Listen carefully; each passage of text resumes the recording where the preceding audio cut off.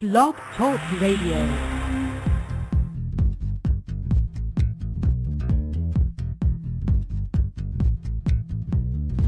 You're tuned into In5D Radio, the next dimension in radio, where we bring you the hottest, in-depth spiritual, metaphysical, esoteric conversations and news with your hosts, Gregg Prescott and Kendra Gilbert. Get ready for spirit, body, and mind to expand in 3, 2, 1.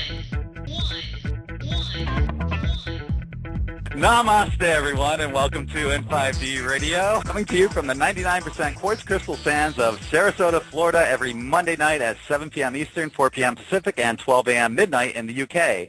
I'm your host, Gregg Prescott from In5D.com, and for the next 2 hours, we're going to be raising the vibration of the planet, galaxy, and universe.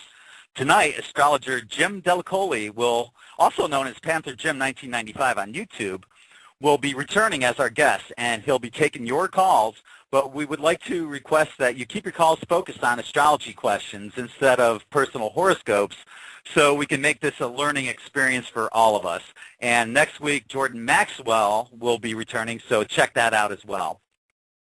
Without further ado, I'd like everyone to give a warm In5D welcome to my new co-host, coming to you from Ocala, Florida, licensed massage therapist, energy worker, and artist, Kendra Gilbert. How are you doing tonight, Kendra? Doing good, Greg. How are you? I am just peachy, whatever that means. Apparently, I feel like a non-GMO piece of produce soaking in the warm Florida sunshine. So I guess that's a good thing. What's going on in the news, Kendra? Well, it looks like Mr. Ed is officially on the menu, thanks to the help of the U.S. government approving horse slaughterhouses to produce meat for human consumption. And the question is, how are they getting away with this? And that's basically because a ban that kept horses protected against slaughtering here in the U.S. expired in 2011. And Obama, notorious for saying one thing and doing another, did absolutely nothing. Yet he claims he wants the Congress to ban horse meat slaughterhouses in the USA, but much like his deep concern over GMOs ending up only leading him to signing off on the Monsanto Protection Act just recently, the door is now wide open for the slaughtering to commence. The horses are slaughtered here, then the meat is shipped to Mexico, where it's actually legal for human consumption. It's relabeled and then shipped back to the U.S. as a low-cost meat filler, and thus ends up being your next burger. So just keep in mind also that the horses, when they're slaughtered, are often sick, ill, or injured, and severely stressed out, causing even more of a problem. And in other news, paranoia seems to be the emotional trigger of choice by our dear friends over at the NSA as they continue to claim their right to unconstitutionally and unlawfully monitor our phone calls and other electronic communications by hiding behind what they call an oversight of public monitoring due to their foreign surveillance efforts to protect national security. I think it's really important, more so now than ever, to remind the American public that if it's not supported by our Constitution, it is not legal, no matter what agency or governing body claims otherwise. Pelosi and Obama are supporting this constitutional breach by simply stating that there needs to be a balance between privacy and national security. Translated, that basically means that your privacy doesn't matter anymore, and we better just get used to the idea. Greg, I know you were talking about the new Firefox add-on that's being used to determine if a website's being monitored. What did you end up finding out about that? That they're all a bunch of jackasses. If they have nothing better to do than to monitor a spiritual website, then that's their issue. That being said, I hope they learn something. Mm-hmm. All right, so just a reminder, In5D.com will be hosting our first annual Return to Atlantis conference here in Sarasota, Florida on the 99% quartz crystal sands of Lido Key Beach on the weekend of October 4th through the 6th, 2013. We have 6 amazing speakers lined up, including Lisa Renee, Teal Scott, Laura Eisenhower, Dr. Dream, astrologer Tom Kapacha-Lesher, and galactic historian Andrew Bartzis, who has the rare ability to read universal and individual Akashic records. Included in this amazing event is a Friday night new moon beach galactivation, a Saturday night cosmic reunion party, and on Sunday night we're all going to meet at the Siesta Key Drum Circle. Our speakers will be featured from late morning until mid-afternoon, so that'll leave everyone plenty of time to go sightseeing or simply enjoy the 99% quartz crystal sands here on Sarasota's Gulf Shores. Now, due to seating limitations, there are only 90 tickets available to this event. You can find out more info about the Return to Atlantis conference by visiting www.in5D-events or click the link below this video. Okay, so moving on. Do you really know what's in your fast food? I'll be releasing this article tonight at midnight on bodymindsoulspirit.com, but I'll give you a preview right now. Did you ever wonder why a fast food hamburger doesn't taste like the ground beef that you buy in a grocery store? Well, according to a study published in the Annals of Diagnostic Pathology, beef is not the main ingredient. Additionally, the French fries you're eating should only contain potatoes and oil, but according to McDonald's website, there are 17 ingredients in their fries. And if you're washing down your genetically modified meal with anything that contains ice, then there's a good chance you're drinking water that has more bacteria in it than the toilet water that was sampled at the same fast food restaurants. Now there's some food for thought. I'll leave a link to this article below. So, Kendra, when was the last time that you ate fast food? Well, it doesn't happen very often, Greg, but I mean, I'd be lying if I said, I've never been a victim of time and circumstance. I mean, there's always plenty of times when eating fast food just seems to make a lot of sense. It's a quick fix. But when we do eat out, we look for a restaurant like a Chipotle or a restaurant that at least shows some type of concern or has made somewhat of an effort to steer clear of GMOs and especially horse meat. But eating at the King or the Golden Arches, I'd have to be more than desperate. I'd have to maybe be even near death, perhaps. I agree. Yeah. You know what? I see Jim isn't here yet, but I see Andrew is. We're going to bring Andrew on and see what he's got going on. Hey, Andrew. Hi, how you doing? Yeah, how great. are you? Good. Actually, there's a couple of reasons I'm calling. One, when Jim gets on, I want to debate with him the whole hollow earth theory, because last time he was on, he said he does not subscribe to that theory. But right in front of me, I have David Icke's masterpiece tome, The Biggest Secret, and there is a section in which he supports and gives strong evidence for the fact that the earth is hollow. So it's okay with you. I'd like to debate Jim on that subject. Okay, well, we're probably not going to be taking calls until about 7:45 or so. So all right, we can bring you on then. Okay, but other than that, Greg, when last time Jim was on, I brought up the fact that I was trying to get a MIG meditation going on July 4th, and you said you would write an article about that. I don't know if maybe I'm looking in the wrong place, but did you forget to write an article about that meditation? I certainly did, but I'll tell you what. I'll do that tonight after the show, and I'll get it out by tomorrow. How's that sound?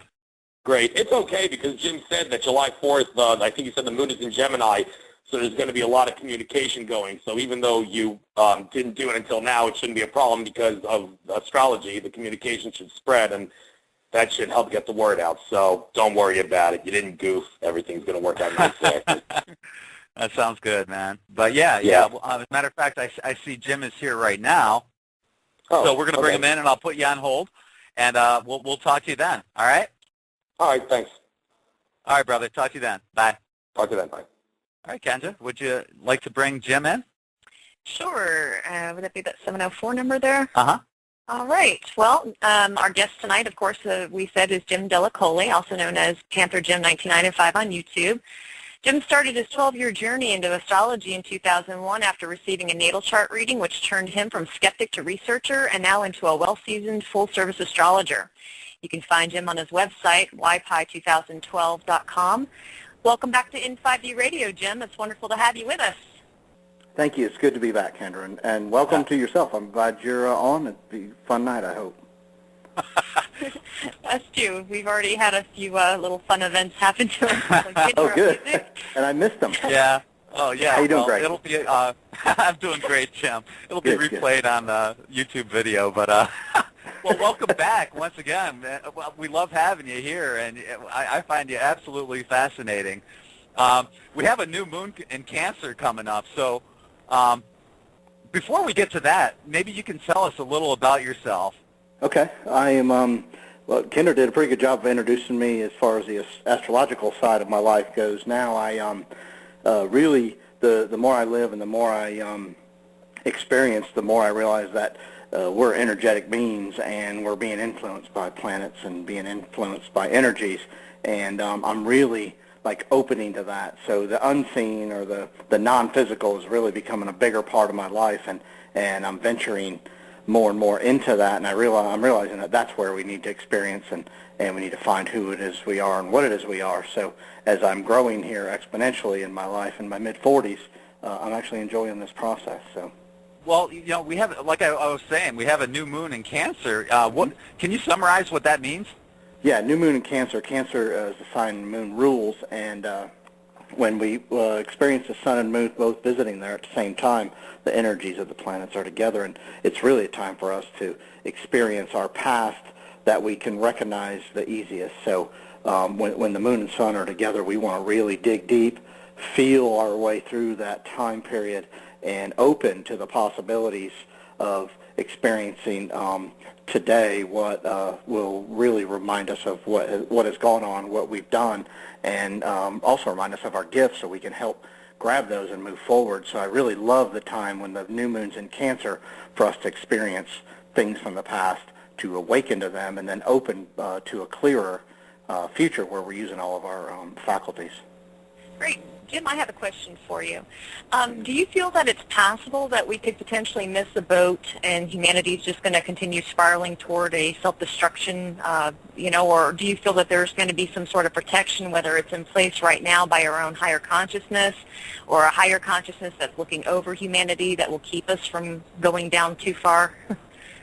Yeah, I do think that just like in life itself, I believe we all agree to contracts before we get here of what our life can be like, but I think we have choices at every sector of life. So I think we're at one of those in humanity where it's a 26,000-year cycle that we have the opportunity to open and change things for the next 26,000 years to where we can truly all become our potential, work from within, and everybody has the opportunity. But if we have that opportunity, what astrology and what life itself has taught me, we also have the other end of that spectrum where we can be limited tremendously to where you can almost become enslaved for somebody else's agenda. And I think we're at that doorstep, and that's why I've been adamant with my message is you've got to awaken from within, because you have your power, you have your knowledge, and you have everything you need. It's just a matter of awakening to that.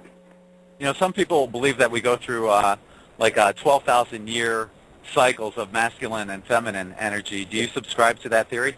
I do, and it's one of the issues I have with that is it's not like 12,000 consecutive of the masculine or 12,000 consecutive of the feminine, but I do think it's a slow process in that, and at times the masculine will win out during the feminine 12,000-year run, but I do think in the end that is exactly what happens, and we always get off balance then when we get to the very end up until this point where I think we can keep the balance throughout. But throughout history, we've always gotten off balance, and then we'd had to swing all the way to the other end of the spectrum. So I think with all the planets that we have, and especially Pluto and Capricorn, that this is a time for us to truly awaken to that which we built on the physical plane and mirror that from within and say, what have we done wrong, what have we done right, and let's really take this and move forward in a way that can be timeless.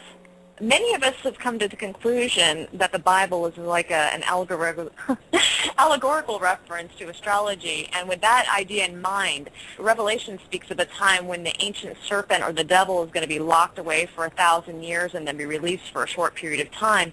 In astrological terms, do you have any insight as to what that could possibly mean?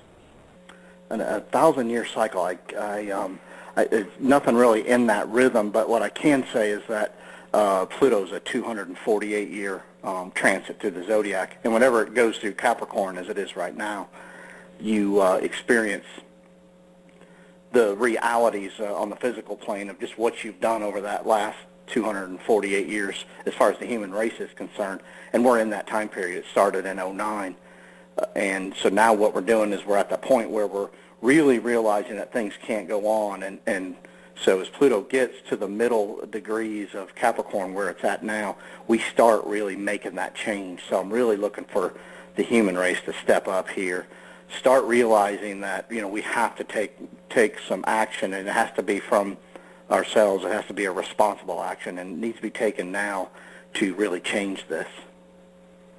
Speaking of Pluto and Capricorn. Go ahead. Go ahead.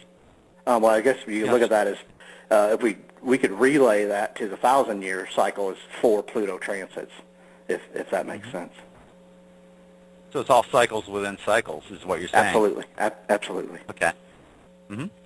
So and keeping on that same track, the whole Pluto and Capricorn thing.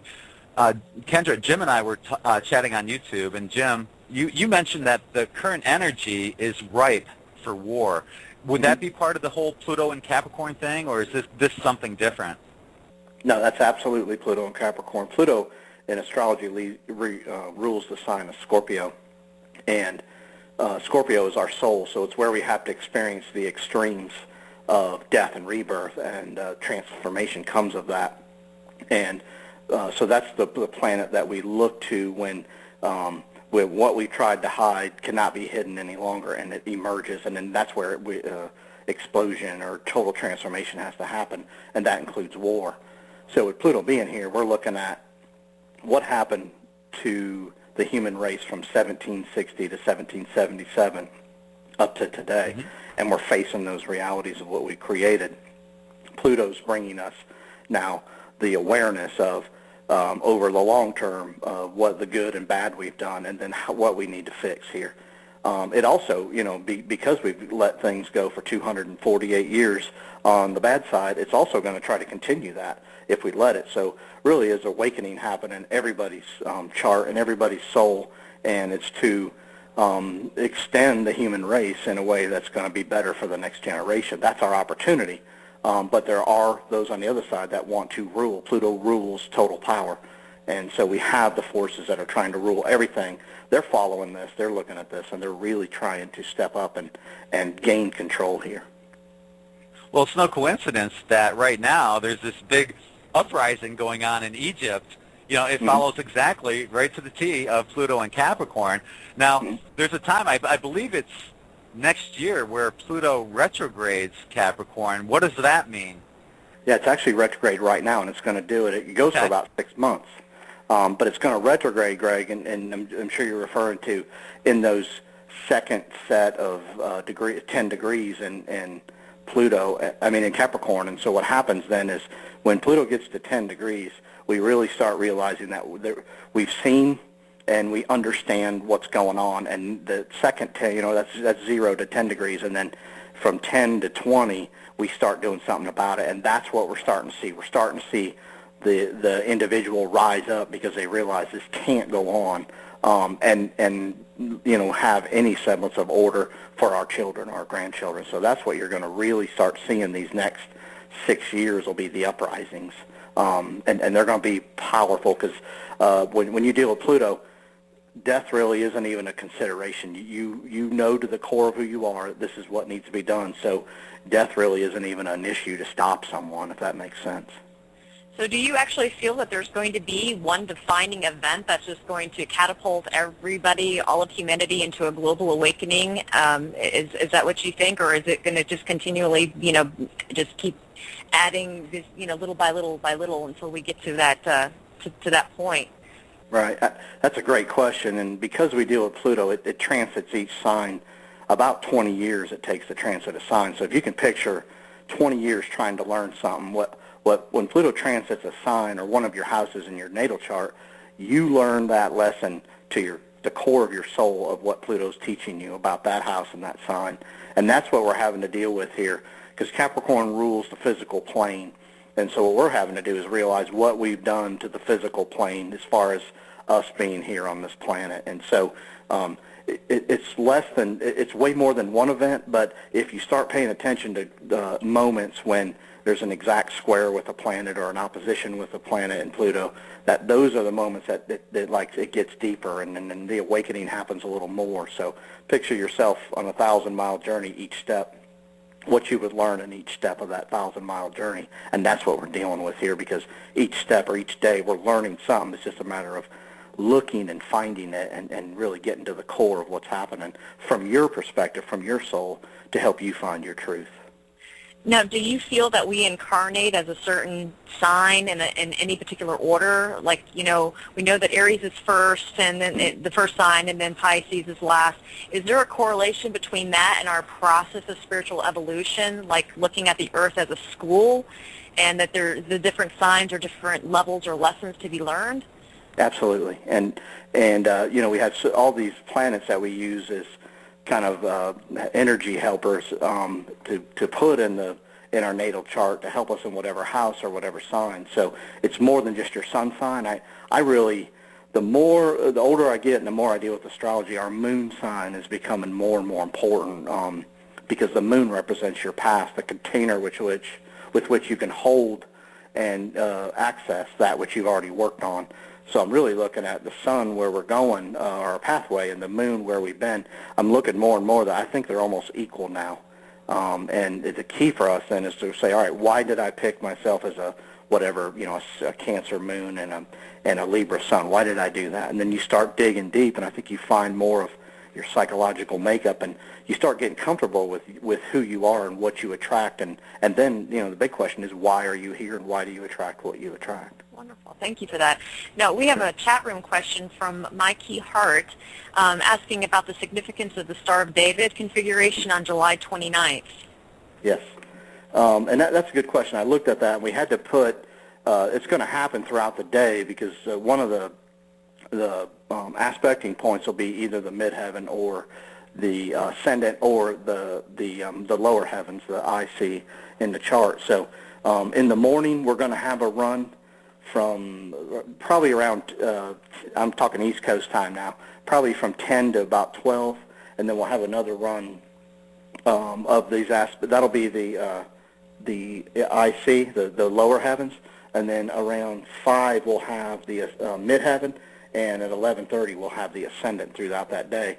And what it's going to happen is the elements of water are going to be involved, so we're going to have the Cancer, Scorpio, and Pisces, and then we're going to have the elements of fire involved, so it's going to be Aries, Leo, and Sagittarius. And when I say they're involved, they're all going to host a planet or a critical point in the chart or a node. So we're going to be experiencing all of those energies combined. And as you know, fire and water do not get along well.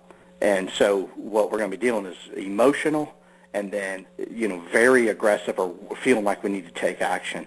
And so I'm looking at that time as I pulled the charts for that day and I ran it throughout the day. It's going to be, I think the spirit's going to really come alive. So I think you're going to find, we'll be building to that point from today on, but I think you'll find at that point we'll really know that there's no turning back by the 29th of July into whatever it is we lead to. And if it's that world war, I think, which I think it will be, by that point, I think that it'll all be, you'll know that there's no turning back. It's going to happen, and then we got to figure out what we can do with what's going to happen. So there's no turning back, but we're ultimately in control of what we choose. Absolutely, and we always are. And let's say that the powers to be in the countries decide war. We can say, all right, what are we going to do from our perspective? And then we got to start building our energetic field, our surroundings, and we got to make them. It'll be like life lived at its most purest, from its most purest perspective, and that's what we're going to get. And that's going to be our opportunity to really, with something that matters, we're going to just deal with it, and we're going to deal with it in a way that it's like this is what matters to us, and we'll know it. It'll be defining, if that makes sense. And instead of where we're so politically correct now, and I have no problems with considering other groups or other ideas and beliefs, but it's almost a point where we're rendered helpless with in a lot of areas of life because we're trying to consider too much, and we've lost the ability just to live life with just capital letters, and just know what we're doing and know why, and know that it's a timeless action that will be right no matter when we do it. We're going to get back to that. Well, I'm looking on the chat room, and I Want the Treasure was saying, breaking news, Vatican bank director and deputy resign amid scandal. So I'm guessing that's another one of the whole Pluto and Capricorn repercussions. Yes. Yeah. when Pluto goes in Capricorn, any structure or any system that tried to take control for control purposes only gets revealed. And so that's what we're going to see. We're already seeing the money structure and that there's powers that try to run that. Religion is a huge money-making venture, and I'm not against religion at all. I know there's a God, and I know there's something higher power that makes us, and that it guides us. But this religious, the religion side of this has been exposed now that there's been a lot of money made, and there's been a lot of control and power misused within that. Now, you were mentioning earlier the powers that be. So in your opinion, will everybody, including the powers that be, go through a spiritual evolution at the same time? That's going to be up to us. I think the last time Pluto went through Capricorn, we only took it as far as we knew, as far as an individual. Now, because we have access to so much more information, we can take this thing all the way. And yes, I believe that is the potential here that can happen, is that we can now empower ourselves and get the things we need and work from within and have what this life has to offer. So I do believe that's potential. I'm not blinded. I'm not Pollyanna. I do know there's a lot of work that has to be done, and a lot of people have to awaken. Jim, in your video, Wet and Wild Summer Part 1, you made a prediction for this summer. Due to Saturn transcending the water signs, you feel it's possible that the powers that be will introduce a new virus similar to AIDS in an effort to stifle humanity's spiritual growth. Can you explain how you come to this conclusion using astrology? Yeah, everything's cyclical, and just like throughout our lives, when Saturn's a planet I follow more closely than any others because I feel like it teaches us from the physical plane perspective. So there's so many historical events you can look at throughout your life and say, that was going on then. Let me now take where the other planets were and let me move forward.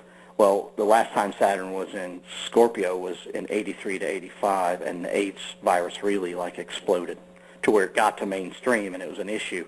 And so I looked at that and I said, there's going to be a virus that comes not just because of Pluto being there, but because Scorpio is in Capricorn, and because Uranus is in Aries, and then Neptune is in Pisces. All the outer planets are showing us that we have to end a cycle. Karmically, we're coming to a period where we've got to realize certain ways of life, and we got to realize certain things that might be ugly and open, and then transform and move forward. So we got to pioneer. And so with the nodes of the eclipses being in Scorpio and with Saturn being in Scorpio, I feel like we have the same energies that some type of virus or some type of illness will come because Scorpio and Pluto rule sexuality and pornography, and that I feel like it's going to be there, but it's going to be something hidden, so we're going to have to really pay attention. And it could be, it might be the bird flu that explodes, I don't know, but I feel like it will be a virus, and it will be something that, like cancer, will eat you from the inside out. Does it necessarily have to be something that's a virus or something that's negative? Not at all. I think what it could be is realizing that if you don't truly deal with what matters from within, I think it's going to be this simple to cure or fix this or keep it from, realizing its potential on the negative side. Work from within, what matters to you, deal with that in the present moment. I talk with a lot of people that nowadays are like, just the simplest of things like I need to make sure I lock the doors before I go to bed. Well, they thought about it, or it mattered to them in the moment, but they didn't go tend to it. And they wake up and the doors were unlocked the next morning because they forgot. Well, when you're looking at a soul type matter, deal with it as it comes to you. Start getting in the rhythm. These planets are trying to get you in a rhythm to awaken to the soul awareness and what it needs. And it's trying to tell you, try to get in that energy and go with the planets here as they awaken you to things. And that's really what I'm looking at, what I'm trying to pass to everybody is what matters to you. Start addressing that. Address it in the moment. Don't wait. Quit putting it off, because that's where everything else comes from, man. And I think if we start doing that, I think that's going to help us to not have these viruses or illnesses or just the loss of energy to where we're tired or worn out. We can keep that from happening if we start dealing in the moment with what matters to us. So as above, so below, which means that if it happens on a larger scale, it's also likely to happen on a smaller scale to the individual. So maybe within this whole premise, we're looking at, maybe people should just, be a little bit more careful in their doings throughout this time period? Yes, that's exactly what here's the way I try to explain it to my kids and, to my family and my close friends. With what you're thinking or what you're doing, would that be okay in 20 years from now? Would it be okay in 10 years from now? Would it have been okay 20 years ago? Live with that philosophy, because you're going to go a long way if you can stay within that. Okay. Now, earlier you mentioned, you touched on the houses in a birth chart. So, for the people that aren't really aware of it, what is the importance of the houses on any given birth chart? Astrology, the more I got into it, the more I realized that it was like the perfect mathematical chart or map that we could look at to help guide us. There's 12 signs. 12 gets divided easily by 1, 2, 3, 4, 6, and then 12 itself. And within that, then you find so many mathematical equations that can help you and help understand what it is to do and how to do things in your life. There's 12 houses in the chart. The first 6 are where you work within. It's a process of when any event or any time you get something introduced into your energy field that's new, first thing you have to do is figure out what you think about it, what you feel, what's going on inside. And then the process in the chart is you slowly learning from that by, what is this? What's my value in this? How can I understand it better? And that process goes all the way around till you've totally figured out by experiencing it, not only from within, but then giving it to others that are close to you and see how they experience it. And then you take their energies, what they did and saw, and you blend them with yours, and then you come up with an understanding that leaves you better than you could have been by yourself. So astrology mixes and merges yourself with others, and with the natal chart and the houses, each phase, each house is a certain aspect or area of life that you deal with. Now, Jim, being that we're currently in a retrograde, I have a question about how Virgos and Geminis are they going to be more affected by this, considering that the ruling planet for those two signs is Mercury? Mm-hmm. Yeah, definitely. You definitely, if you're a sun sign, you want to know your sun sign's ruling planet, and for the Virgo and Geminis are Mercury rules. So when that's retrograde, it's a little bit more difficult to get the message out that maybe you want to get out, or maybe for you to understand the message somebody else is trying to get out. So you want to take your time, dot your I's, cross your T's, and make sure that you thoroughly understand any communication that you're having with anyone, and vice versa. Make sure they thoroughly understand you. Take your time, slow it down, and make sure that the message gets relayed the way it was intended. And a lot of times you have to go back and redo, and that's perfectly fine. You just got to understand that when you're dealing with any retrograde planet. So it affects everybody, all the signs, but you are saying that Virgos and Geminis are more susceptible to having that communication issue than other signs. And then then we talk about like the moon too. You want to know where your moon sign is. So if you have a Gemini or a Virgo moon, it's going to affect you as well, or maybe your ascendant's Gemini or Virgo. So what you're going to find out is there's so many more people that are affected by that don't even realize it because they don't understand that their moon was Gemini. They might be a Libra sun, but their moon's in Gemini. So they maybe don't understand that to the effect that it's having on them. It seems very convoluted, but at the same time, once you get it all in your brain and you can actually look at it like an organized, process, it's not as bad. Now, can you possibly help me understand or explain to the listeners the significance of Ophiuchus and its role in astrology and why it seems to kind of been just left out? It's supposed to be a 13th sign, correct? And I'm just wondering, why is it that you never see that in the majority of like mainstream astrology and everything? It's, Aries to Pisces, and then Ophiuchus is just kind of left out in the cold. Right. Well, I think the best way I can explain that is if we could see the Milky Way and understand that it's from the starting point of Aries, 0 degrees, all the way to the ending point of Pisces, 29 degrees, 59 minutes. That's 360 degrees total. And so what the ancients did is they studied the sky. They divided it into 12 sections, and they gave each section 30 degrees. So when they brought up the 13th sign, I'm actually okay with that, but then now you're going to have to change all the other signs because there's only 360 degrees in a circle, and in a complete circle. So one of the issues I had with it was they define, and we have all the fixed stars that help define each sign and each degree. And they're still there, and they still have that effect, but they tossed this 13th sign in there, Scorpio and Sagittarius, and they said, all right, that's here, and that should have always been there. Well, we always accounted for it as far as fixed stars, and we accounted for degrees. So, the energetic field was there. We just didn't make a sign for it. So if they want to change it, I'm fine with that. But now we got to go back and change, because astrology is a historical database of events that happen when certain planets cross over into a sign or cross a fixed star or certain planets interact. We've taken thousands of years of documentation in these events. That's how we're getting more accurate, I feel, as we go. And so if we want to throw a new sign in there, we got to go back and redo all the data that's already been mined and change it to fix the degrees. So I have no problem with that there. The problem is then it mathematically changes everything as we have it configured in the charts now. We've been trapped in this artificial time since like Pope Gregory and King James. And I've wondered about this. We have certain months like February where the Aquarians only have pretty much they're kind of getting gypped out of the total amount of days where you can be an Aquarius person. How would that affect astrology if we were actually based on a moon calendar, based on a lunar calendar or something along that line? Would that affect astrology and the signs? It shouldn't affect that at all, because we're actually tracking that anyway, and that's why I do my videos on new and full moons, because from our perspective, that's the fastest moving of the planets. And so my wish to the beginner and even the expert in astrology is to get in the rhythm of the moon first, because that moves so fast. It's fleeting. It's 2.5 days in a sign. So as you swing emotionally, just check where the moon was. Say, wow, I'm really tired today. Check where the moon was. Don't worry about the phase. Check where it was.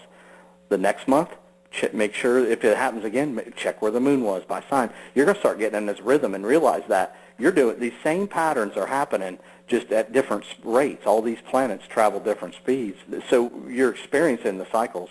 It's just up to you to figure out, all right, what's going on, what area of my life, by finding the moon when it transits a house or the sun or whatever.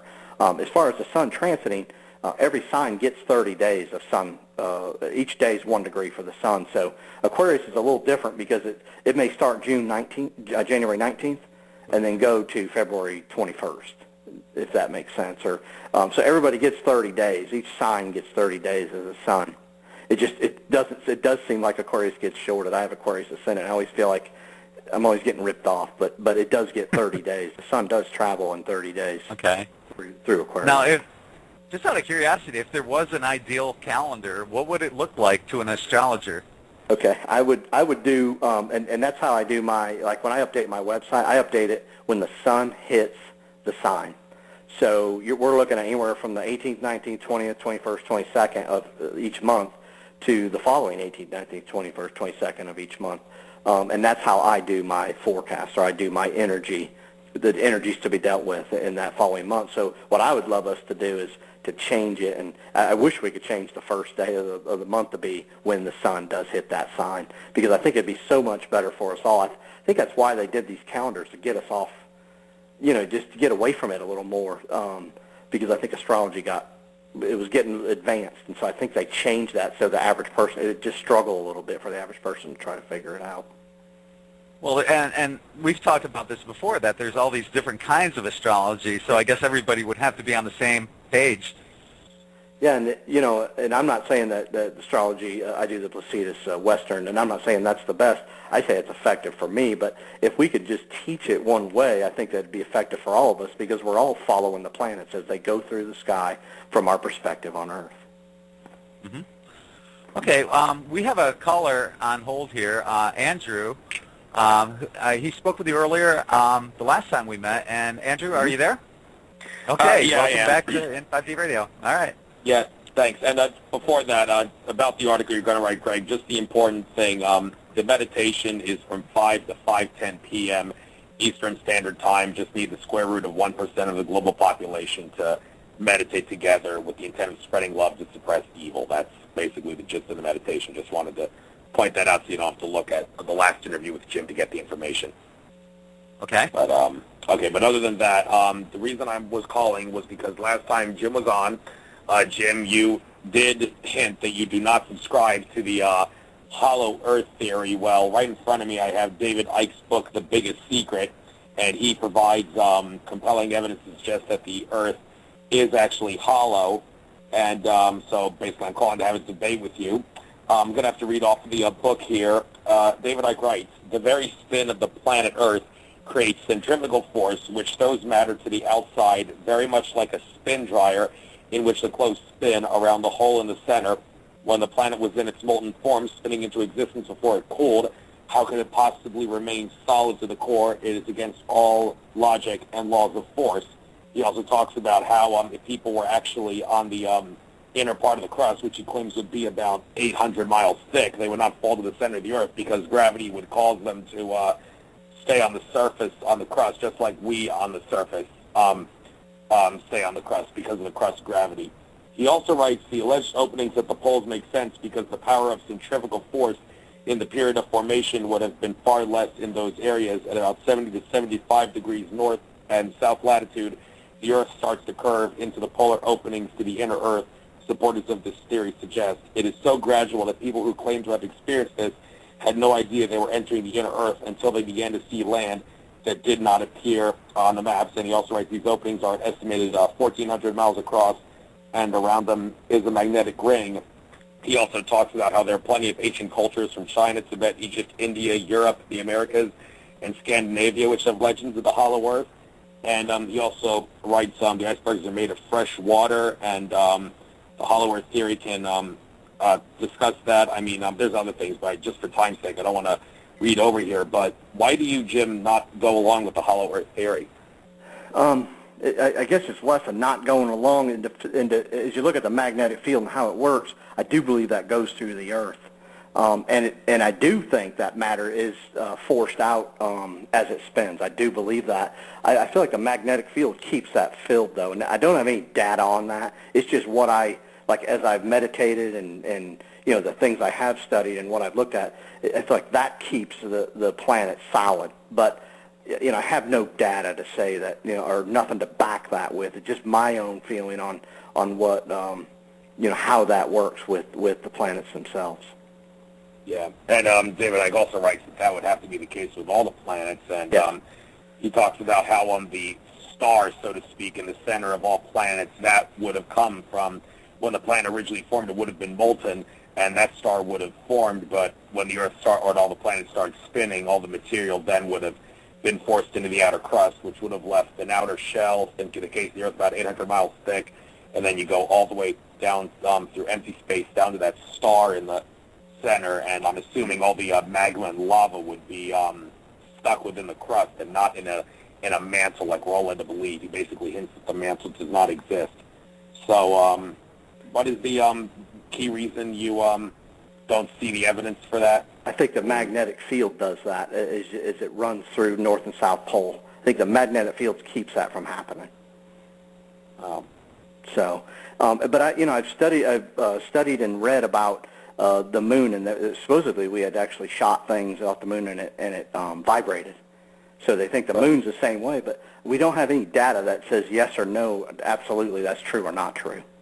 Yeah, well, the theory with the moon is a giant artificial satellite, yes, and George Cavazos claims that it used to belong to the Pleiadians, but then when Earth was conquered by the Draconian Empire, also known as the Reptilians stole the moon from the Pleiadians, and they trashed it. And, I mean, if that's really the case, is it a bad, one could make the argument it's a bad idea to do like a full moon meditation because the moon is now under the control of evil forces, but I've heard other people say, no, that's a total misconception. The moon is pure feminine energy, so you can only help yourself if you do a full moon meditation. What's your take on whether or not it's a good idea to do a full moon meditation or not?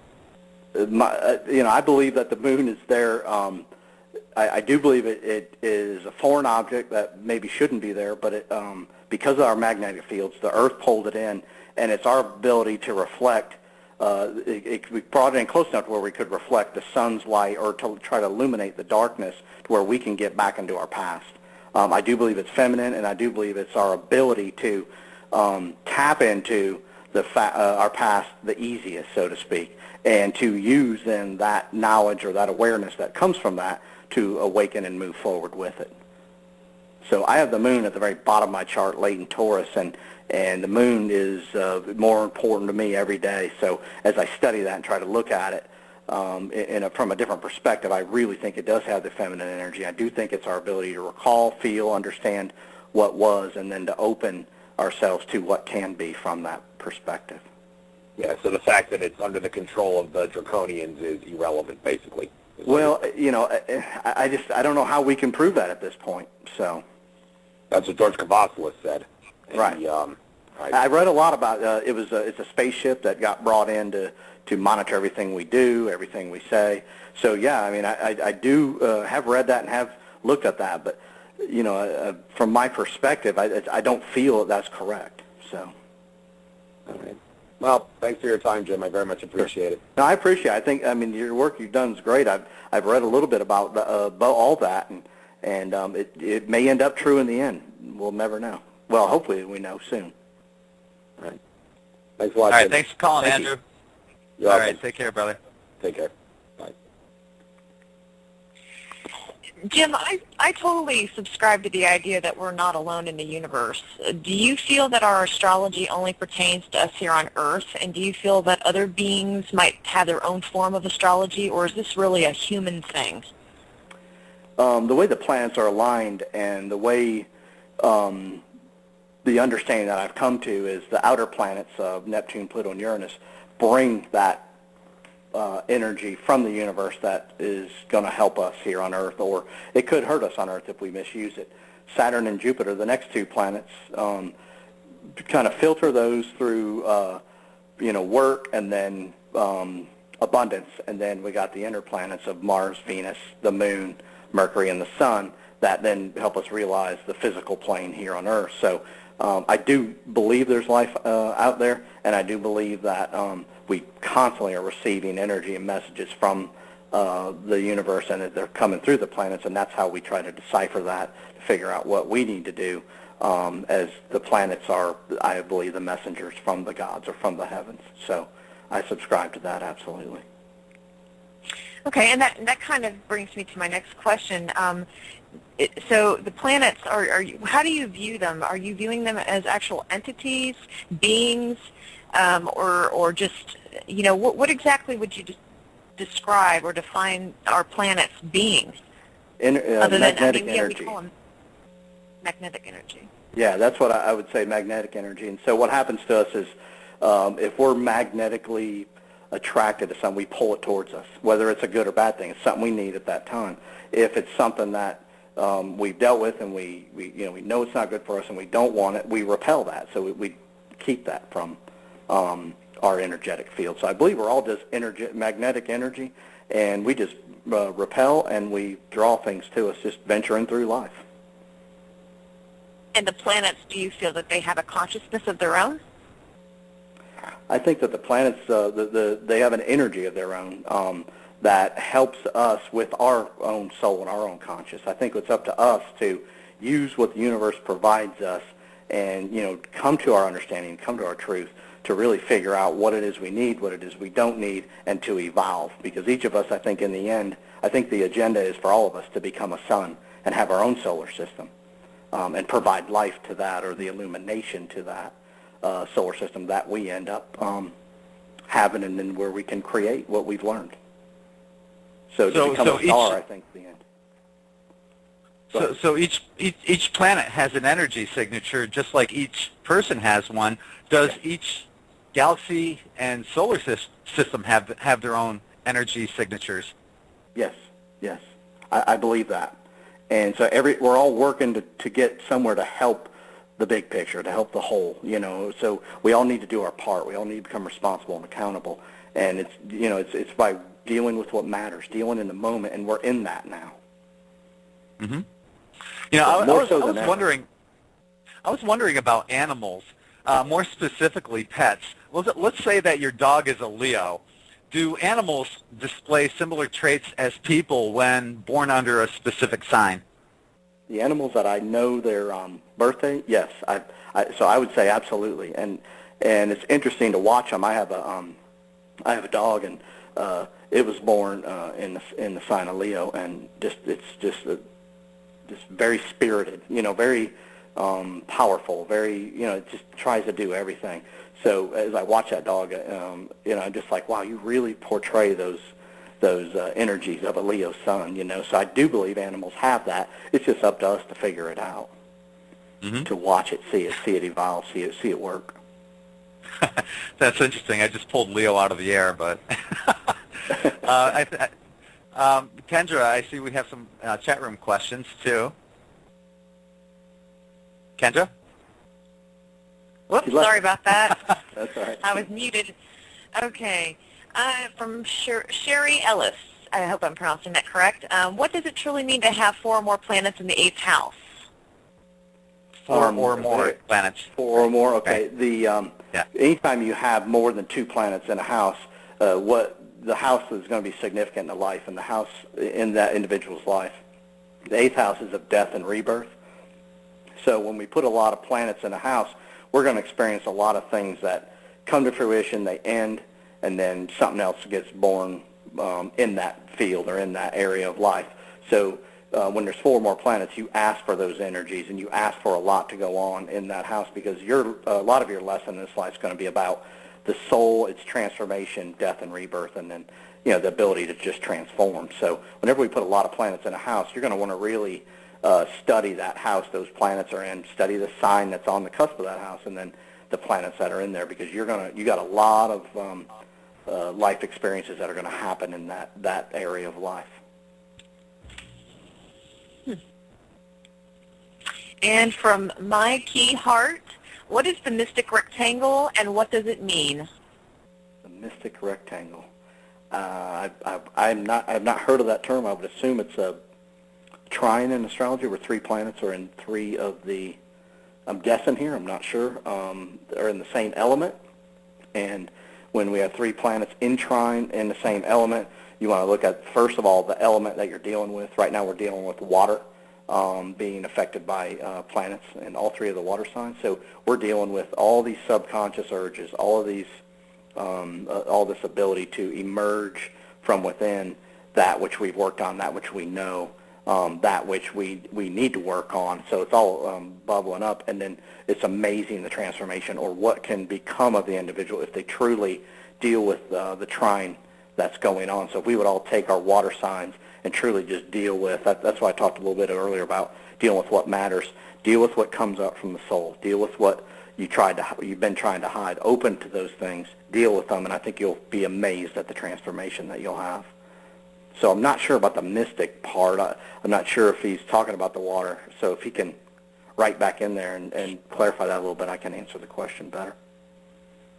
Well, actually, there is a little bit of clarification here that might help. It says it has to be 4 planets and 4 houses. Okay.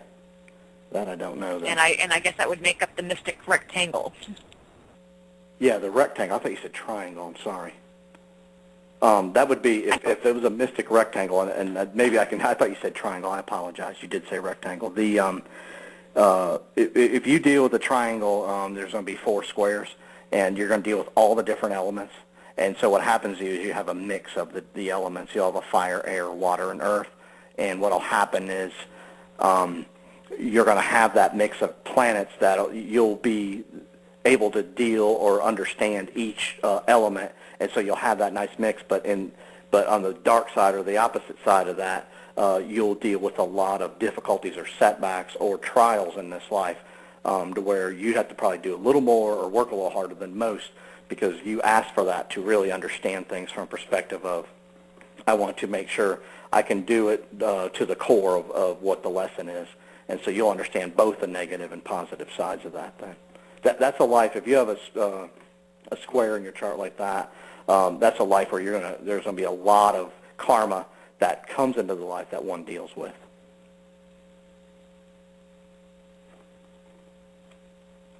You there? Yes, I'm actually here. Oh, I'm sorry. You have a question?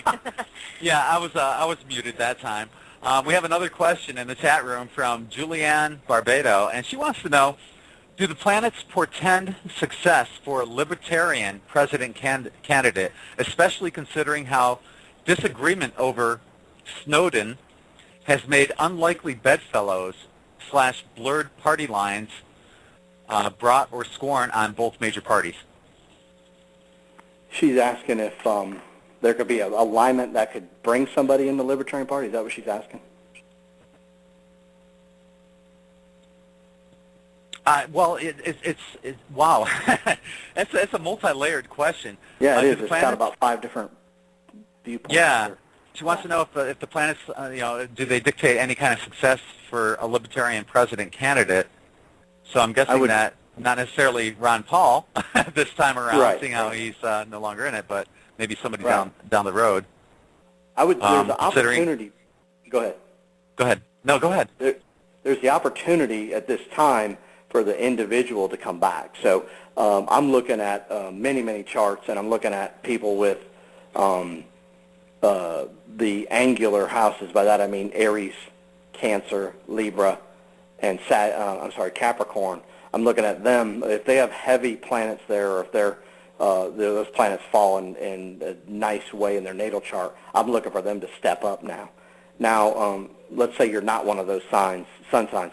You may have a bunch of planets in one of those signs, or all those signs, that really will help you into what I'm talking about. The angular signs are that sign which we need to go. We need to step up, and we need to take action. So I'm looking for the individual to rise up, and I think there's huge opportunity for somebody to come in and start righting this ship. The problem's going to be is I don't think it's going to be any time soon within the next year or two, but we're going to see it gradually happen, and it's going to take a period of time. It's going to take 4, 5, 6 years before that can emerge and really start to show itself.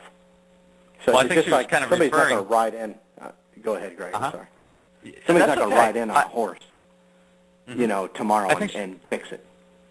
Right. I think she was kind of referring then to the 2016 elections to see if there's going to be like a Ron Paul candidate that will arise. It's a possibility, but that may be a tad too early. When I'm looking forward to 2015, 2016, 2017, our political system is going to change tremendously. And it may not make it by 2016, but it might be tossed out shortly after, if that makes sense. Well, hopefully, because what happens is you got to prepare in 2014 for 2015 to happen, and then get into that, and then 2016 to be elected. So I don't know if we have enough time. Please don't take it as a no, but it's going to really have to. This is going to have to ramp up, and I just don't know if these planets want to help that quick, if that makes sense. So what you're saying is the ball's in motion already, but it's going to take time. Yes. Okay. It's just so slow. But Pluto going through Capricorn is so slow. It's going to be there until 2024. And that doesn't mean everything has to go on until then, but we're going to be dealing with this stuff till then. Well, ideally, hopefully, we get rid of all the, party, 2-party, 3-party, whatever system there is, and we end up having. This is my suggestion. I would love to see like a council of elders that represent every race, that make their decisions based on the best interests of humanity. Once they stop making those decisions in humanity's best interests, they're fired and they're held accountable 24/7. Right. And that's really what. If you look back to 1776, Pluto got into Capricorn in 1760. It took them 16 years, right, to get to the point where they could do something about it, broke free, and then made the Declaration of Independence. We actually have a few more callers here. So what we're going to do is we're going to bring on area code 870. You're on In5D Radio with Jim Dellicolli. What's your name? Tommy. Hi. This has been a wonderful show so far tonight. The information is fantastic. Well, thank you. Thank you. Do you have a question for Jim? Thank you very much. Yes, I'd like to ask Jim, I've heard that over time the planets have shifted in their position somewhat. I was wondering how it's still matching up with the way the astrologers originally mapped and named the constellations, and how that would affect today. That's a great question, because we have actually shifted as we have ventured through the galaxy, and so the signs are a little bit off, and there's been a lot written about that. What I've done is I've tried to adhere to where they are today in alignment. But I'm telling you, as we go back and I do my charts, I do the Placida system, and it sets the chart for where the point was the individual was born and what time of year. And I'm still finding that the old house cusp and the old signs are working actually pretty much almost to a T as far as events happening, the awakening happening, and the individual opening to their life. And this has been over, I've read charts for people in their 70s, so it seemed to stay consistent as far as what our perspective and how the alignments was put together from that initial time period. So, but that is a great question, because that is actually what's happened. The signs are a little bit off. The planets are still, where we can still see them in the perspective, but the signs have actually had moved ahead a little bit. So, but that's a great question. Does she have anything else she wants to ask? No, that was it, and I really do appreciate that. Thank you very much for that information. Sure. Thank you for calling. Thank you. Thank you, Connie. Bye-bye. Bye-bye. Kendra, we have another caller there. Would you like to bring the caller in? Sure thing, Greg. It looks like area code 702. 702, are you there, 702? Hi. Can you hear me? Hi, welcome. Yes. Welcome to Hi. welcome to In5D Radio. What's your name? My name is Lori from Las Vegas. Hi, Lori from Hey, Las Lori. Vegas. Do you have Hi, a question? Lori. Do you have a question for Jim? Yes, I do.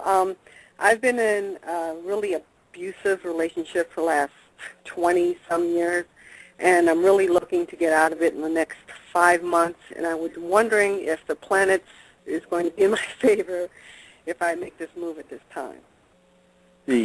What's your sun sign? I was born 2/4/67 at 9:17 p.m. in Evanston, Illinois. The opportunity to break free for all of us is now, and I'm definitely not. I don't try to encourage anyone, because I don't want to be tapped in their karma. But we're in a time now where we've awakened, and what we used to put up with, or how we used to see things, or how we used to understand things, is changing. We're coming from now our perspective, and so we're opening from within, and we're seeing things. Some of us for the first time as they truly are. Versus how we maybe were taught or what we were told they were. So, the planets are behind us all to break free and open to that which is in front of us, and to look forward. So I would say you said you were an Aquarian, right? 2/9, you said? Yes. Mm-hmm. Yeah, that definitely an opportunity is here for you. You've got 2 full moons coming, which is kind of a rare occurrence. We're going to have 2 full moons in Aquarius, and they're going to be extremely beneficial to all of us to break free. So hopefully you can take those moons, take action around those times. First one will be the 22nd of July of this year, and the next one will be on the 20th of August. What I like to do is look ahead and then plan on those full moons to take action. So take a step or take some action on those or around those times to move yourself towards freedom, and that would be tremendous for you. Oh, that's fantastic. Thank you very much. I appreciate all you guys. Thank you. Oh, well, thank you. All righty. Okay. Take care now. Bye. Okay, bye. Okay. Just want to remind people that we would like to request that you keep your calls focused on astrology questions instead of personal horoscopes, so we can make this a learning experience for all of us. And, speaking of which, I've got some relationship questions, and hopefully this would answer some of the people's questions in that area of life. First one is, what is the importance of having a compatible element or compatible element signs in a relationship, and what can override these elements in a relationship when they're not compatible? Yeah, and this is where astrology works the best, where you can just at home, it makes sense of it. We have earth, fire, they go together. I'm sorry, air and fire go together. Air helps the fire burn hotter, and it helps it ignite. And then we have earth and water, which go together as that's what forms the earth itself. And so if you have elements that work together, so if you're an earth sign and you're with a fire sign, you're going to help each other out. You both are, trying to support or make sure the other one operates in the most efficient manner. If you're earth and water, you're going to do the same. But if you're water and fire, that emotional state may take that passionate state away. And so a lot of people I do charts for, couples, they are different elements as far as sun signs that don't get along. But you got to then go to the rest of the chart. Just because your sun signs don't match, your moon sign might match their sun sign, and then so where you've been and where they're trying to go, they work extremely well. And so that may keep that relationship together. Or you may have a lot of squares in your chart, and so having that person, they come in and help you with those squares. So then you work together, and you could do things together that most couldn't or wouldn't do in life. So then you support each other by seeing that, hey, they go that extra mile like I have to. So sometimes that can actually be beneficial, but in knowing what the aspects are and knowing how to deal with each other, that's a key, and you can really help that moving forward versus having it be a restriction or a difficulty that ends or makes the relationship struggle. That's why it's so important for people to call people like Jim up and ask them, about your relationships. Because you can find out, even though, like Jim just said, you might not have compatible elements, there might be other aspects within your charts that make it compatible. Now, my daughter, she's a Leo, and I'm a Libra, like you, Jim. And obviously, air and fire, we get along great, and it's a wonderful relationship. Now, if you're comparing the birth charts of any given relationship, what are the most important things to look at? I definitely want the sun of an individual.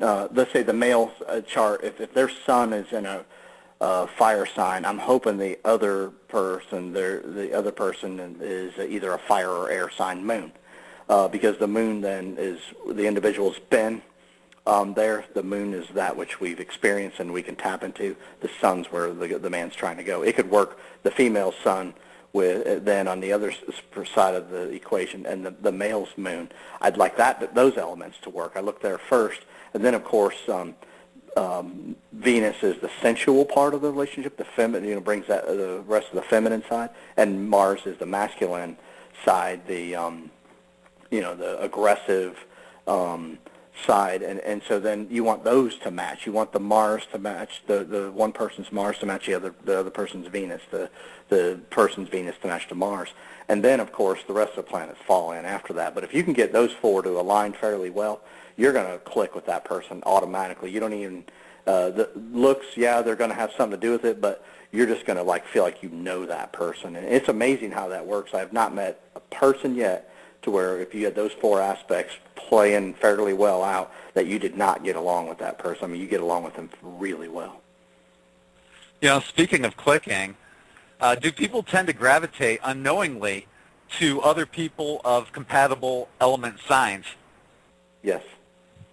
That is so effective that it would blow your mind. I mean, we could, and I'd love to do a study with just random people, and then just get them in a room and let them meet and just see how they click and how they don't click, because we could really prove astrology quickly if we ever did that. Just get a group of 100 people, and we could get all their charts, and then we just put them in the room and try to match them up to what we thought and just see how they operate. It's very, very effective.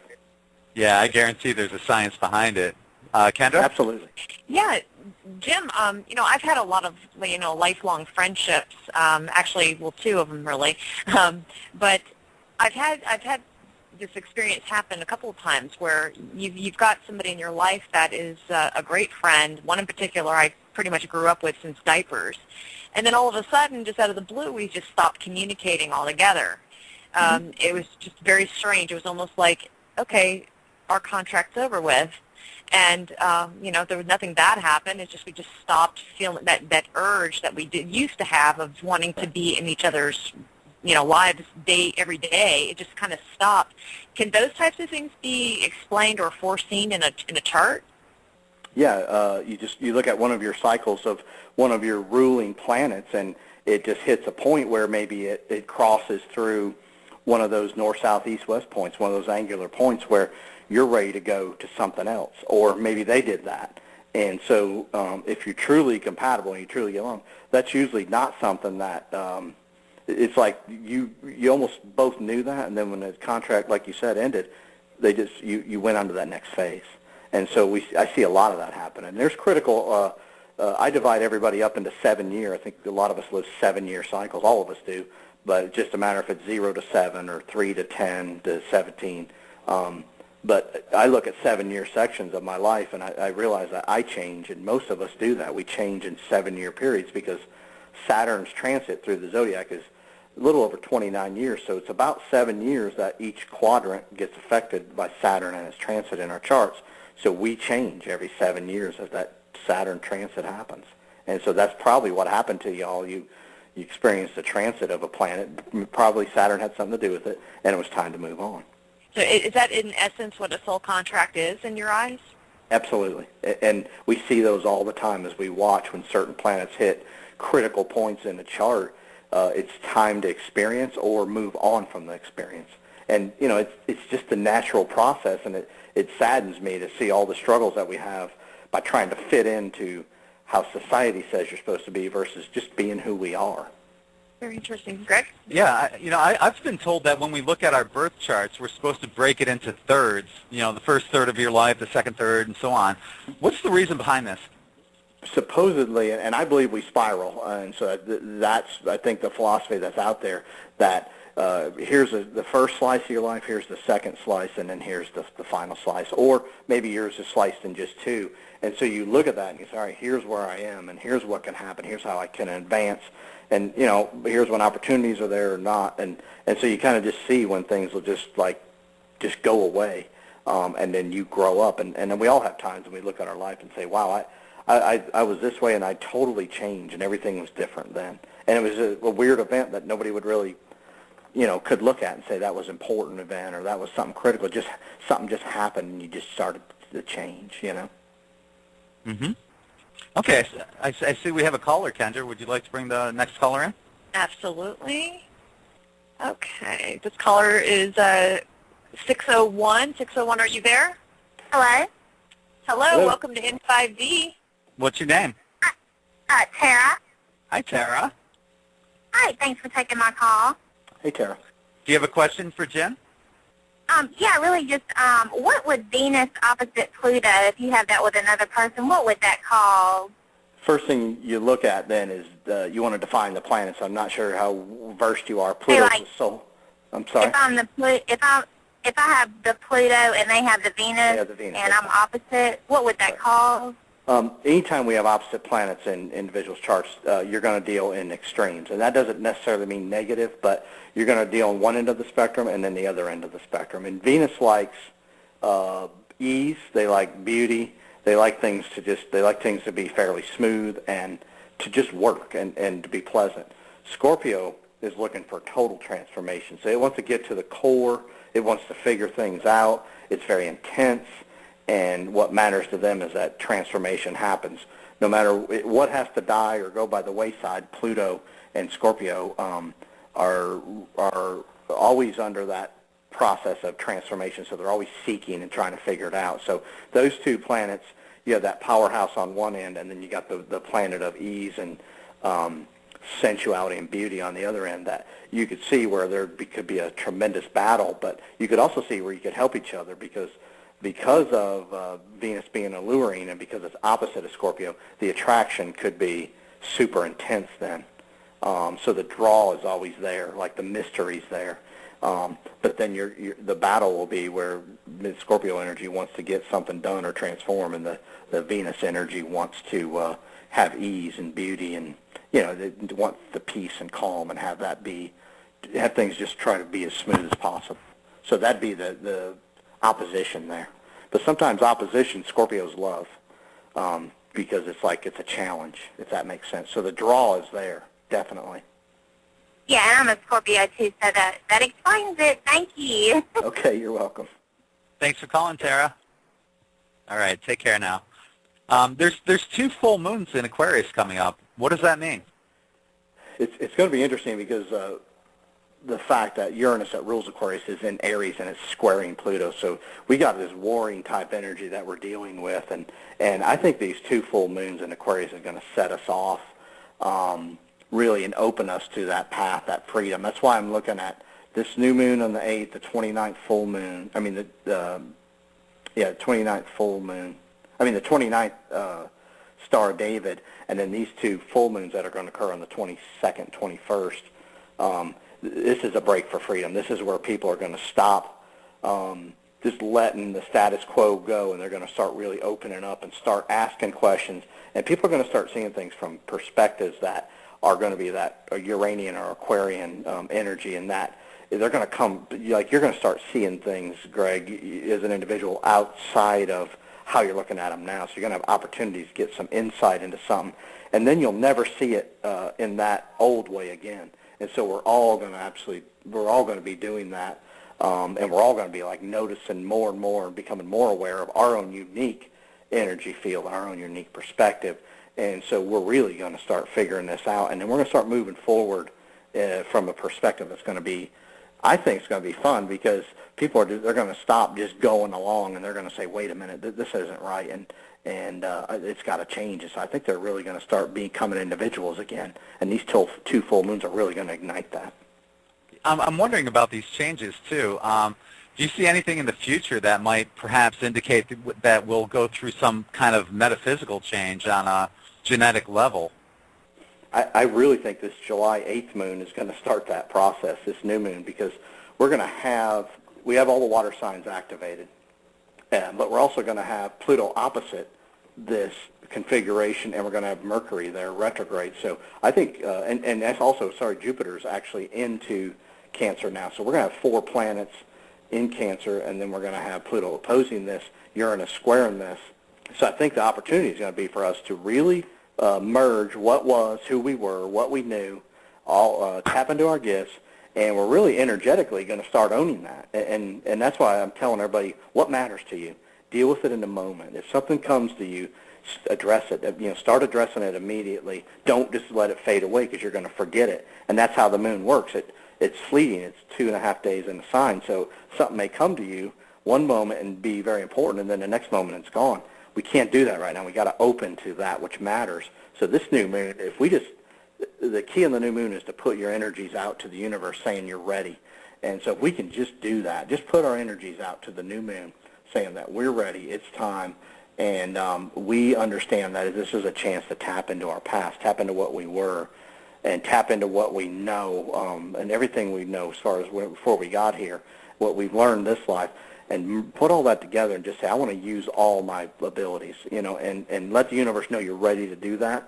We can take these then 2 full moons that occur in Aquarius, and we can start really building from our own perspective. It's going to be unique. It's going to be freeing, because that's what Aquarius likes, and we're going to be pioneering something that can be tremendous for us on an individual level. And so I really think this is it. I think this is the energetic change. It's built up. 2012 really heightened it. December 21st did. And now it's like, all right, what are we doing with it? I mean, quit playing around. Let's go. What are we doing with it? And I think we're in that time. Awesome. Absolutely.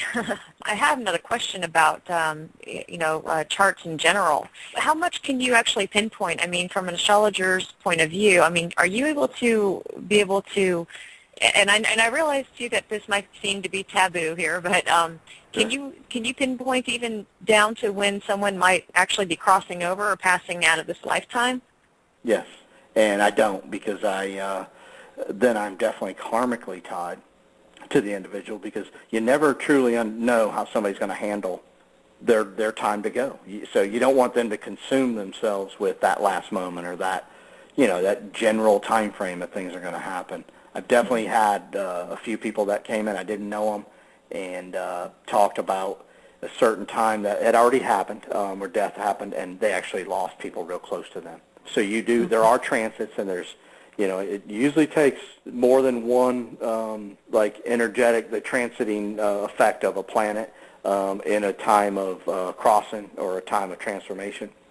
So you have to have at least 3 based on what I've studied. And yes, you can definitely do that, but sometimes the death is a way of understanding too. So you want to be careful that you make sure they know it's a point of transformation. That doesn't mean that they have to physically transform as far as dying. Now, do you feel that the time of death has any significance like our time of birth does? Is there any particular is that significant in any way of being able to tell what happens to us when we actually do cross over? Is that time? Absolutely. Okay. I think the time of death is just as important as time of birth, because really the death is a birth, because you just change forms, right? So now you're being birthed into something else. So I really think that's, and if we'd all take it and understand it that way, you're really just being born into something else. And so it's a transformation time that you're just like when you came here. I love going to the nursery and look at babies, and they just look like, and you just don't know what they're thinking, but you can almost feel they're like, where am I? What am I doing? How did I get here? And they're just moving around and just trying to figure things out. And I think that's what happens to us all when we pass on, absolutely. Now, I've heard, and I don't know if you've heard the same, but supposedly we have like this three different ways to leave. Do you subscribe to that theory that we are given 3 different times to leave this physical existence before we can move on or pass over? Is that something that you heard? Or I did not hear about the specific number 3, but we have many times that the opportunity exists, yes, absolutely. Okay. How does astrology? Oh, go ahead. Well, I was just going to say that when I look at an individual for their time, a time for transformation, there'll be 3 aspects that are occurring at the same time, where transformation is at the point of the access. Well, you were talking about the birth and the death process, and it made me wonder, how does using astrology help people who are planning on having a child? If all the astrologers truly just would read the chart in its purest form, I think that the way to transform humanity would to be bring the couple in before the baby's born, get them an understanding of astrology, let them figure out when they want to have the baby, because I think should all be part of the process. Figure out what would be good with them energetically as a couple, and then go ahead and put the effort forth, have the baby. Hopefully it comes around that time. And then they come back and get the chart read for the moment the child was born and have an understanding of who that beautiful, energetic being that they just introduced into the world and into their lives, who that child really is. And then the key will be put them down that field, put them down that path, give them every opportunity to become all they can be. Now, do you think that the child, I know I believe this, that before we incarnate here, we choose our parents, and obviously our life experiences and stuff through the time and day and the geographical location that we're born in. Do you believe that we actually choose our parents in all of our life challenges? I absolutely do, and then for some of us, we almost have to unwind that process to figure it out, but I absolutely believe we choose our parents because they're really helping us learn our lessons, whether it's what not to do or what to do. They're helping us learn them by us seeing them intimately in their lives and just getting an understanding from that perspective. So I absolutely believe we do that. Mm-hmm. Do you feel that sometimes celebrities or other people will actually try to induce labor at a certain time to kind of usher in a certain type of energy into? Yes. I mean, that might sound like a really far out question, but it just seems like sometimes the way that the names that they choose, the fact that the birth had to be induced or it was prolonged, whatever, it just seems kind of strange. No, I absolutely believe they do. And one of the things that once I got into astrology and really started understanding how important that moment we enter the world is, and that C-sections, when they first became popular, they were all being scheduled in the morning.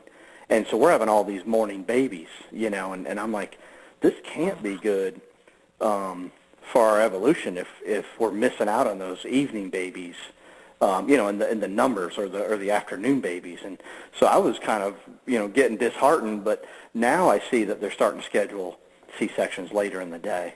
So that makes me feel better that we're still able to have these afternoon babies. And I know we're doing a C-section, but at least as they're scattered throughout the day again, we need people to have their sun in all 4 quadrants of that chart because we need the heroes and we need the psychics and we need the power and we need some people that are just going to be very responsible. We weren't getting that when we were doing the C-sections and planning them and doing them at 9 o'clock in the morning and whatever. Well, what do you feel happens on the other side when something like that happens? You know, it was my understanding that we're on the other side. We pick out our parents. We choose where we want to incarnate when, and then along comes somebody that says, nope, well, we're going to, induce your labor, or we're going to do a C-section or what have you. And, right. I mean, what happens on the other side? Is it total chaos and confusion, and people are, or beings are scrambling around trying to, fix it, or what happens? Right. Well, I really think that it was part of the agreement coming in was, all right, we'll be somebody that follows or, like, gets in the system and works within the system. And I really feel like they did that for about 20 years. And now that's changed. And I don't know why it changed. I don't know why that started to change. But I felt like the agreement was made, all right, we're going to be a part of the system. We're just going to come in and, everything's going to be occur on the physical plane, on a timeline.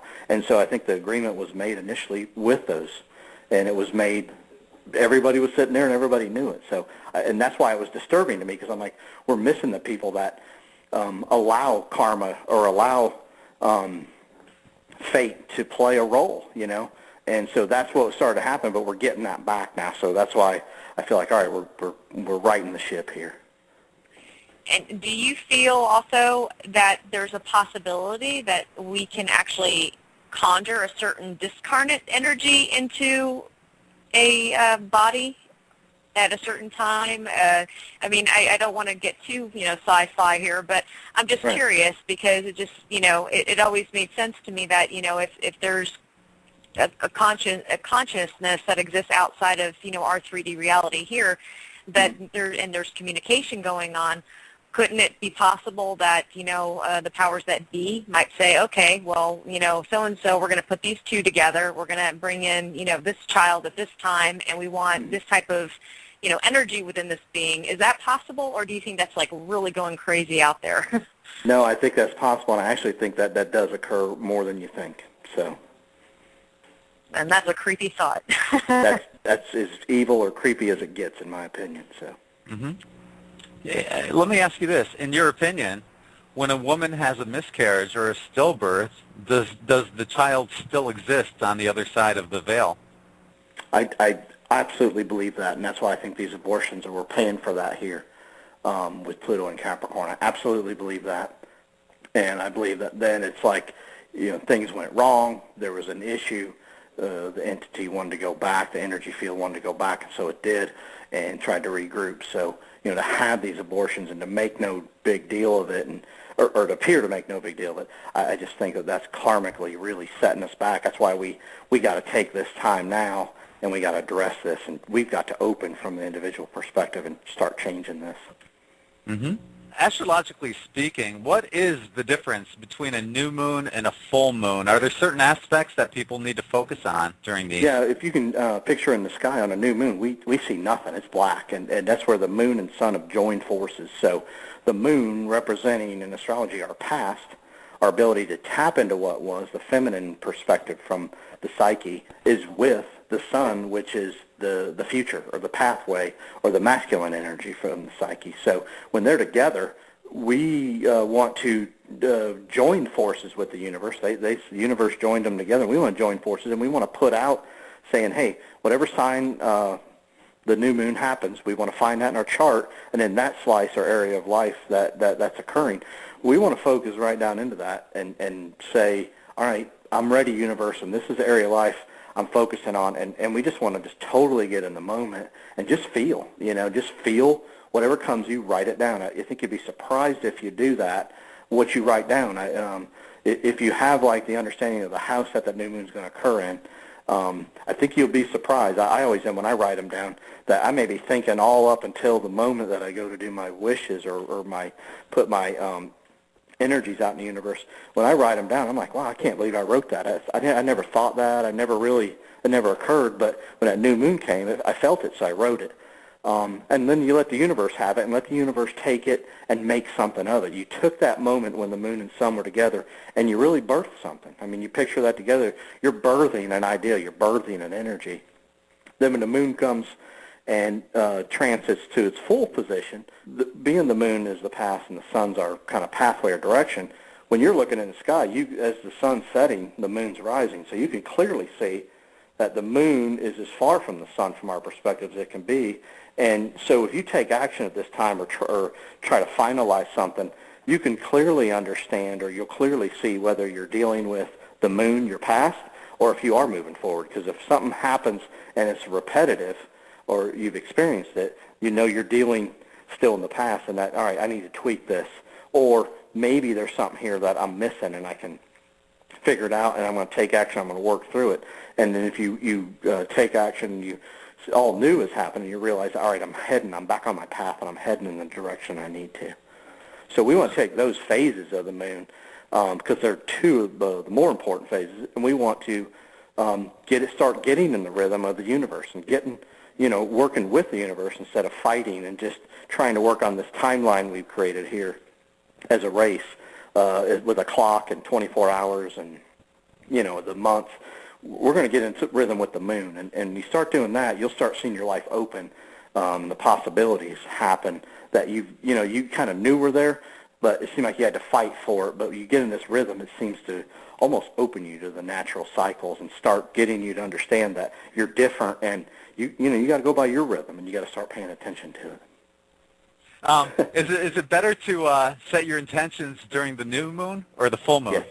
No, set them on the new, and try to set them right after, because you want that merge or that happening of that exact union to happen, and then set them right after. So it's important to know the time, and I have it on my site, and I do align moons, and I give the time, the date and the time on mine. So it's pretty easy to get. Just set yourself some space around that and start working with it. And then on that full moon, you want to take action, or you want to try to come to some type of completion on whatever it is that's happening in that sign and in that area of life in your chart. Okay, and the last question I have related to these moons is what is the importance of, say, of paying attention to the Cancer or the Libra or the Aquarius full moon, right, to the different astrological signs? What's the importance of that? They're going to, because when you do that, one is each sign has a different energetic or magnetic field that, we've come to understand through all our data that's been recorded throughout humankind. And then the other thing is your signs then fall in your natal chart, and each one represents another house. So it's going to be a completely different area of life.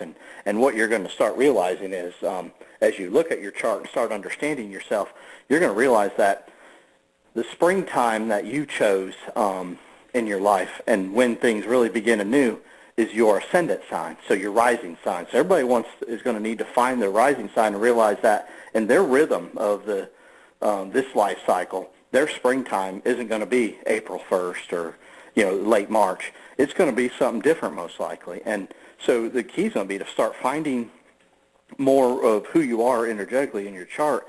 And one of the big points will be finding your rising sign. When you find that, you'll be able to figure out where the rest of the moons fall, new and full, and start, putting your wishes out or manifesting, and then taking action by that focus of area of life by the house. And then you're going to take yourself and really get in the rhythm, your rhythm of how you've joined forces with the universe and with us on Earth, and really start making a difference from a perspective. It's going to be a heck of a lot easier than probably how you're dealing right now. Wow, Jim, that was wonderful. All right, well, I might start something with this one. It's going to take us down in different directions. But do you feel that there are any superior sign? Is there a superior sign, in your opinion? That's a Libra.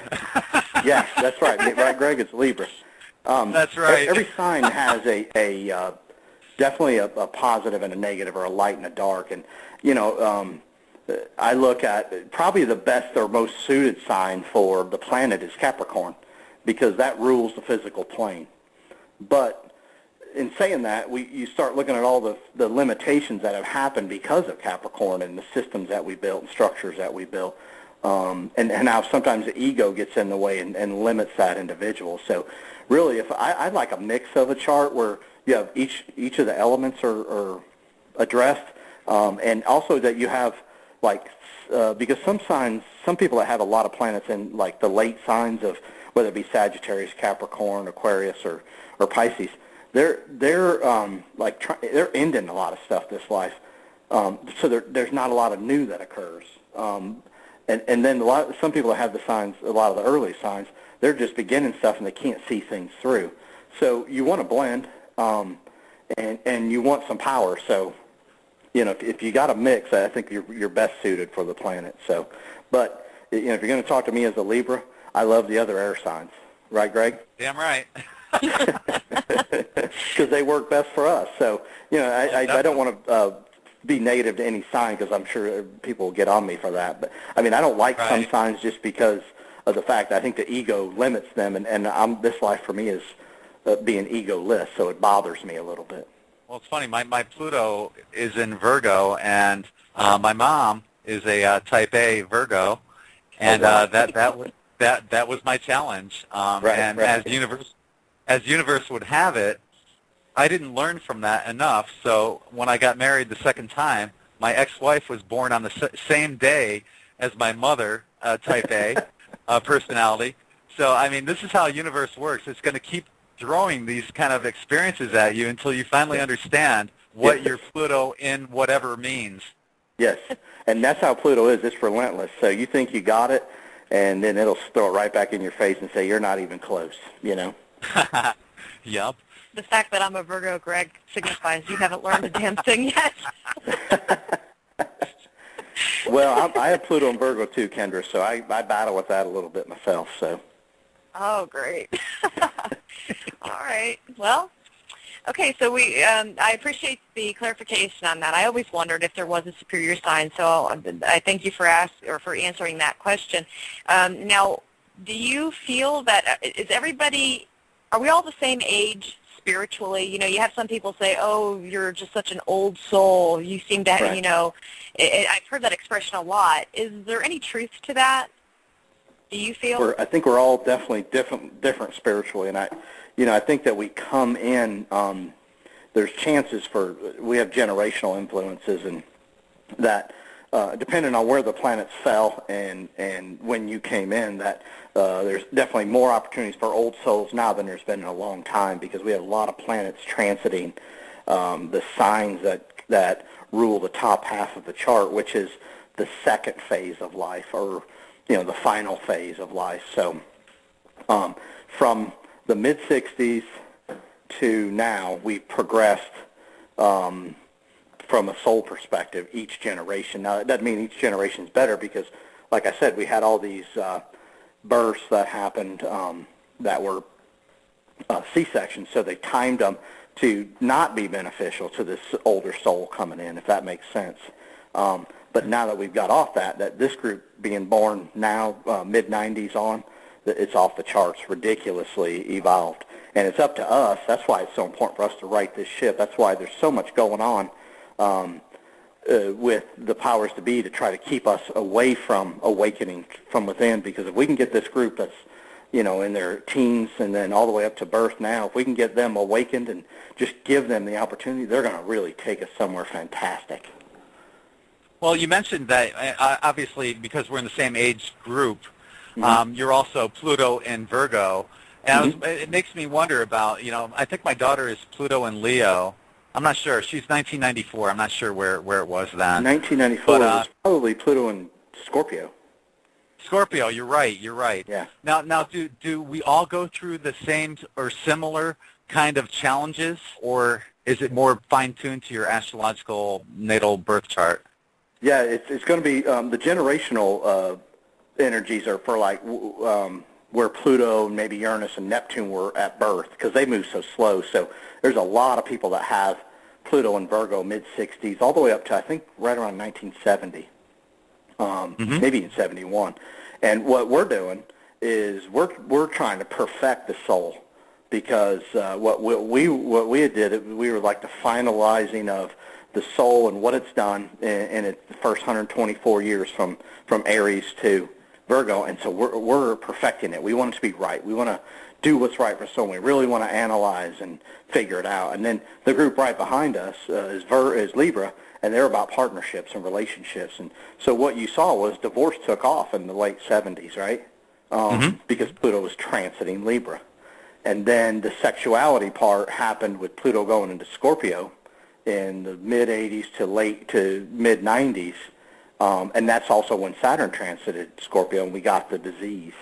So you'll see each one of us has a generational effect on each other. And then the group after that, which is the one I started talking about after the Pluto and Scorpio, they're the Pluto and Sagittarius, where they come to change this and build and just expand the soul and its awareness and its understanding. That's what they're going to do. And now we got the Pluto and Capricorns coming where they're little right now, but they're really going to make a difference because they're going to build something that's going to withstand time, if that makes sense.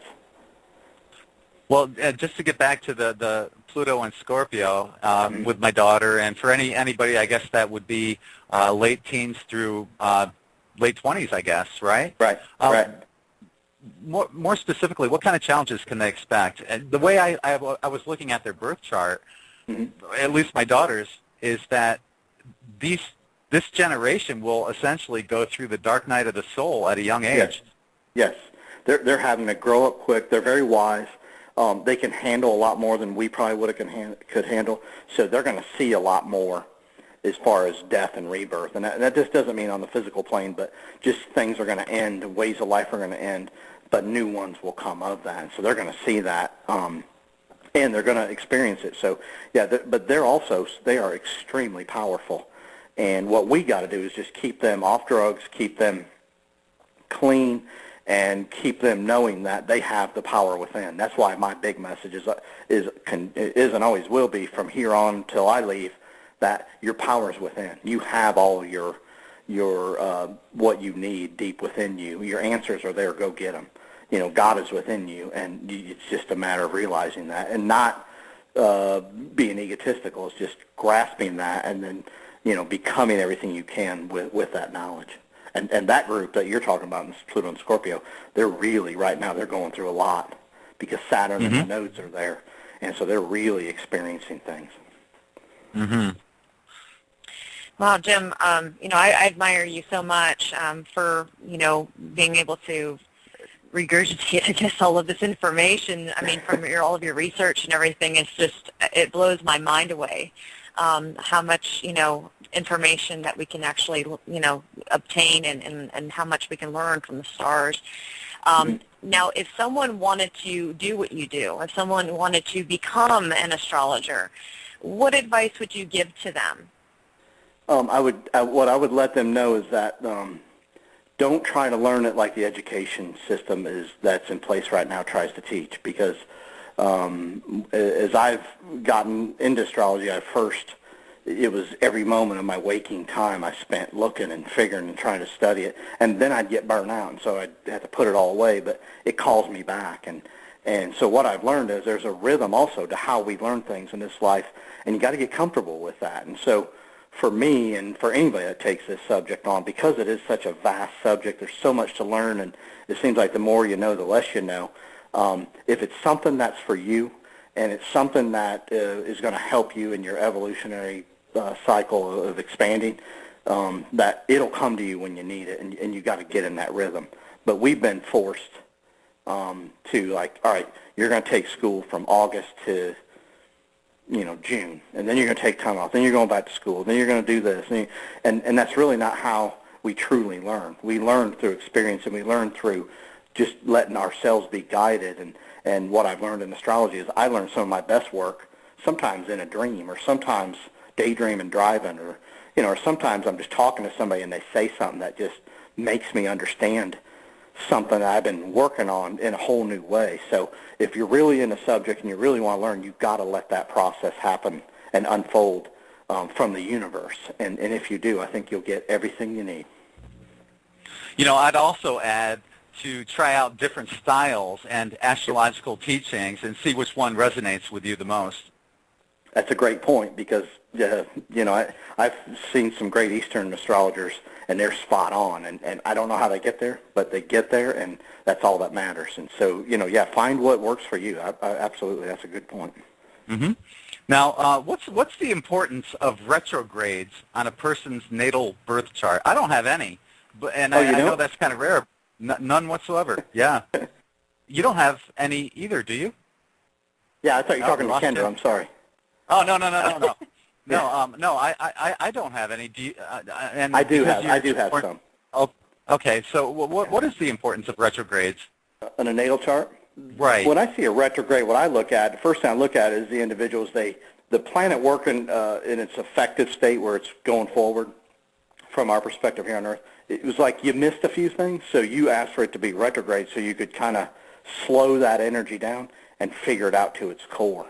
So if you don't have any retrograde planets, you're living life and going through it because you're in a pretty good rhythm with the planets, with the universe, and your perspective and your understanding is everything's in rhythm. Not that you have an easy life by no means, but as far as the planets go, you're in rhythm with them, and you didn't have to slow one down to kind of redo it or understand it from perspective that you missed in a previous life. But even so, I mean, the retrogrades would almost be a blessing, too, because it kind of points you in the direction of what you need to work on, correct? Yes, it definitely does. So from that, and that's the way you really need to try to figure out how to look at things. I love that perspective because that's really how I look at it. I'm like, all right, good, I have Saturn retrograde. Let me read more about Saturn. Let me take a little more time and understand Saturn and its effect on, the planet and us as we venture through life. So that's absolutely correct. Mm-hmm. I know that here in the United States we're going to be celebrating Independence Day on July 4th. Do you see anything unusual for that date? Yeah, I tried to pull up a few charts I hopefully we'd be looking at, and one of them was July 4th. And as I was looking at Pluto's going to be in Capricorn where it was when we formed this nation, and then it's going to be opposite the sun. So as I'm looking at this, I think you're going to see more support from the individual perspective for the 4th of July, and people are going to try to understand it a little more.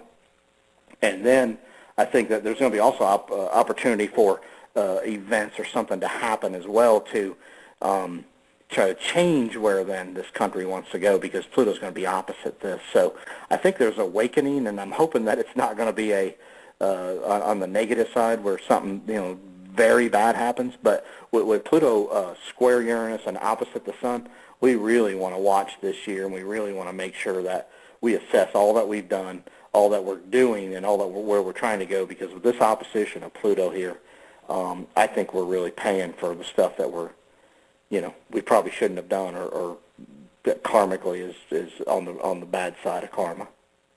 Mm-hmm. Now, we're seeing a lot of things going on that are positive right now, and I'm assuming that it might have some kind of connection to maybe the Pluto retrograde that's going on in Capricorn. Yes. We're seeing Monsanto getting exposed in a big way, and all sorts of things. The Snowden case coming up where he's exposing all sorts of things. Yes. Can we expect more of that? Yeah, that's just going to continue. And that's going to be up to us to not let that stuff die, because a lot of times what you'll see happen is it comes out, and then we never see what happened with it. We oh, good, that's getting exposed, but we never follow it through. And so the key is going to be for us with this and all these water signs is to follow this through. Make sure that we keep it out in the focus of the individual person out there so they can be reminded of it, and not just say, oh, it got exposed, good. But what if nothing ever happens of it? They just expose it and everybody moves on. And that's what I think is trying to happen here. And it's going to be up to us to just keep the focus on it. So shows like yours are tremendous in getting out, the events that really matter. We just got to keep them out there and keep reminding people that this thing isn't over. We got to keep dealing with it. We got to get rid of these guys. Well, and that's a good point, and we greatly appreciate the videos that you crank out. I share them, obviously, every time you put one out, I put it on In5D Alternative News, and I want this information to go out to as many people as possible. We know that when Pluto last did the retrograde, as you mentioned, it started, I believe, in 1760, but we didn't actually have the American Revolution until 1776. Right now, there's revolutions going on everywhere. In Egypt, millions of people are protesting right now. Do you see something inevitably that will happen here in the United States? That's a no-doubter. It is going to happen. And I'm trying to keep from how severe it's going to be from what I see, but the fact is that the awakenings occurred, and as people start to see how or continue to see how what's going on and how bad it is and how evil it is and what the intentions were behind it and the control that's there. They're looking at this from that soul perspective, which is this is not good for evolution, and we've got to stop this. And so, yes, that is going to happen, and I don't think we can avoid that, but I don't think that's necessarily a bad thing. Mm-hmm. As long as we wipe out the controllers that are in place. Now, we've got to make sure that happens this time. We got to learn from our mistakes, is what you're saying. Yes. Yeah. Yes. And that doesn't mean we kill or, it just means the people that are in control need to not be in control. We've got to fix that. Yeah, peaceful non-compliance, I always say. Absolutely, absolutely. It's well known that the powers that be use astrological alignments to their advantage. Are there any potential upcoming dates or alignments that might trigger a false flag operation? Yeah, I think we're looking at one that first full moon in Aquarius. We're going to be looking at one there on the 22nd of July.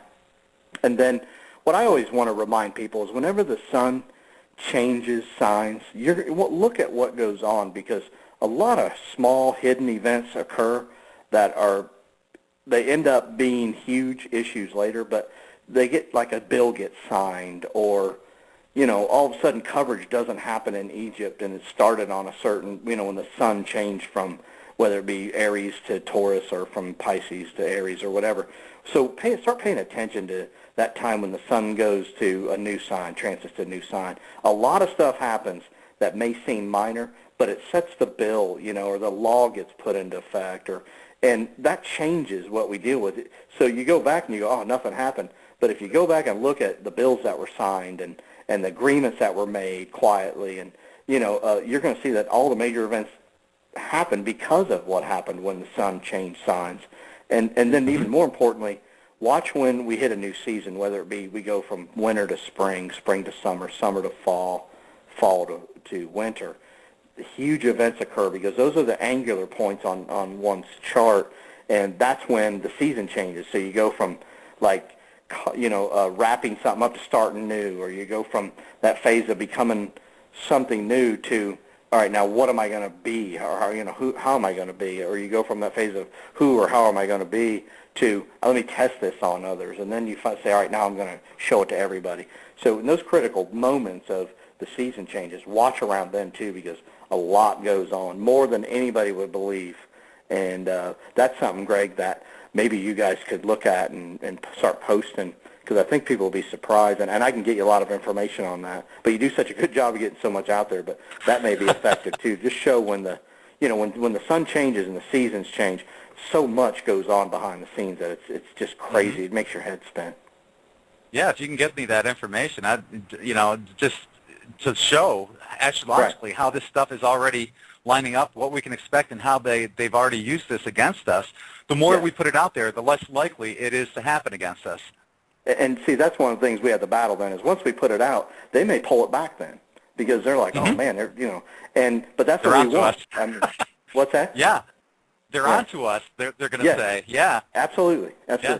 And listen, Pluto went into Capricorn 2009. When did we have the last market crash? It was in 2008. We had the big scandal. And so they knew that. They knew what was coming. They caused this. They want us to they want to bring this thing to a head. But they want to manufacture it. They want to be in control of it. And if we can astrologically get in front of them, then we can combat this thing without having to be violent. I truly believe that. I do too. Got a couple more questions for you before we let you go. Okay. What is a solar return birth chart? I know what one is because I've had one done several times, and I absolutely believe in this. But what is the solar return birth chart, and why is it important for people to know about this? I love the solar return birth charts because it sets you kind of energetically for that year now you're getting ready to experience. And so it's every year when the sun comes back to its position that it was in when you were born. So it's natal position from your perspective. And it just reminds you or gears you, prepares you, for the year to come energetically, and kind of it's a good time to set the objectives for that year. So I don't care if you're 100 or if you're 20. If each year you take the time, pull that solar return chart, see where the planets are, see where you are at this time, and truly just look at who you are and what you are. You can set that year and objectives on that date, and then that can get you kind of on a path for that year. And if you do that each year, I wrote some times in there for you as well, Greg, that to then, if you set that agenda, so to speak, the 2 months after your birthday, 4 months after your birthday, 8 months after your birthday, and 10 months after your birthday would be wonderful times to advance that agenda or implement something, as the sun's in an element that's similar or that's going to work with you, and it'll be tremendously beneficial for you to take and advance what it is you want to do that year. So huge opportunities can happen if you just take that time around your birthday just to assess who you are, where you are, and then where you want to go this year. And then take those 2, 4, 8, and 10 months and really focus that you're going to drive what it is you want to do that year in that period. And you'll find that it's amazing the progress that can happen. Yeah, it absolutely fascinates me, and every time I've had one done, it hits the nail right on the head, and it shows you exactly what you're going to be expecting and what's going to come into your life. Gives you the opportunity to put forward intentions to perhaps even prevent certain things. Yeah, I totally believe it. It's a great thing to have. And it's getting you're in that solar rhythm then. You're in the rhythm of the sun, and that's what we want to be. Oh, definitely. Last question, follow up on a really positive note. Are there any specific upcoming alignments that will work in the best interests of humanity? Yeah, I do think that that both those full moons in Aquarius, because Aquarius, the sign, is about the masses, and it's about finding the truth and seeking the truth. So I talked maybe done the detriment side of the full moons, but let's look at the other side, the light side, or the positive side, in that Aquarius and Uranus just try to, it's the energy that we just try to find the truth from our own perspective. So if you can take those full moons on the 22nd and of July and the 20th of August, and take those full moons, take action on something or something that you believe, or an energy that you feel, or something that you think can happen, and put it towards that, and start the process. You'll be amazed at how it unfolds as you then venture through life throughout that few months, and then actually throughout the years, of how much of the truth that can be revealed and how much of say-so we do have in tomorrow. And if we take both those full moons, and it's a powerful thing to have 2 full moons in one sign in the year, having those in Aquarius, it's about our hopes, our wishes, our dreams.